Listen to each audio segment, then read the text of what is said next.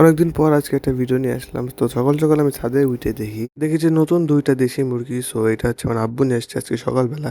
So যাই হোক, তারপর আমি চলে গেলাম আমার মতন মুরগির ফার্মের ভিতরে, বা নতুন মুরগির কেজ বলতে পারে। সো এখানে আসে প্রায় 50+ চিকেন। এখন একটা কথা যে আমি অনেকদিন ভিডিও দেই না, সো এটার মেইন রিজন হচ্ছে এই যে এটা বানানো। ঠিক আছে, এটা বানাইতে কোনো মিস্ত্রি না হয়, প্রতিটা অল্প অল্প করে করছি।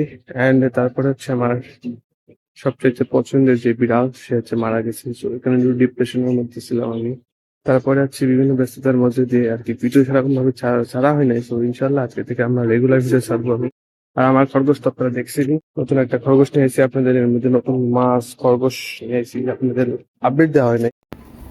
এই যে যে কালোর যেটা, ওইটা মনে করেন নতুন নিয়েছি। আর এটা তো আগে একটা ছিল, আর একটার সাথে মারা গেছে।